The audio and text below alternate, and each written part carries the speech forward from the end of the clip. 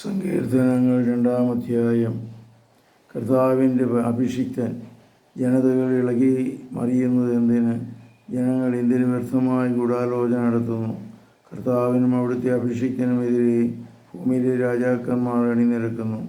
ഭരണാധിപന്മാർ കൂടിയാലോചിക്കുന്നു. അവർ വെച്ച വിലങ്ങുകൾ തകർക്കാം, അവരുടെ ചങ്ങല പൊട്ടിച്ച് മോചനം നേടാം. സ്വർഗത്തിലിരിക്കുന്നവൻ അത് കേട്ട് ചിരിക്കുന്നു. കർത്താവ് അവരെ പരിഹസിക്കുന്നു.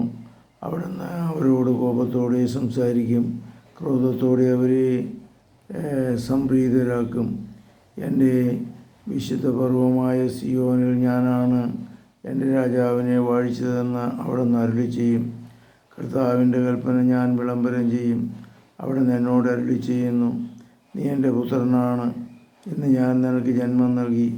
എന്നോട് ചോദിച്ചുകൊള്ളുക, ഞാൻ നിനക്ക് ജനതകളെ അവകാശമായി തരും.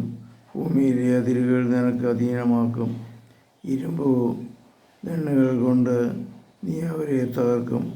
മൺപാത്രങ്ങളിൽ എന്ന പോലെ നീ അവരെ അടിച്ചുടയ്ക്കും.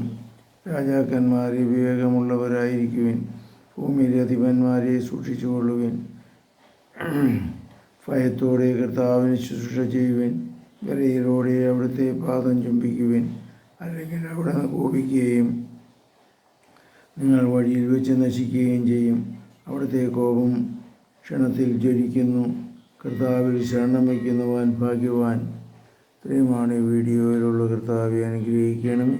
പരിശുദ്ധ പരമദിവ്യകാരുണ്യത്തിന് നേരവും ആരാധനയും സ്തുതിയും പുകഴ്ചയും ഉണ്ടായിരിക്കട്ടെ. ഈശോ മിശിഹായ്ക്ക് സ്തുതിയായിരിക്കട്ടെ.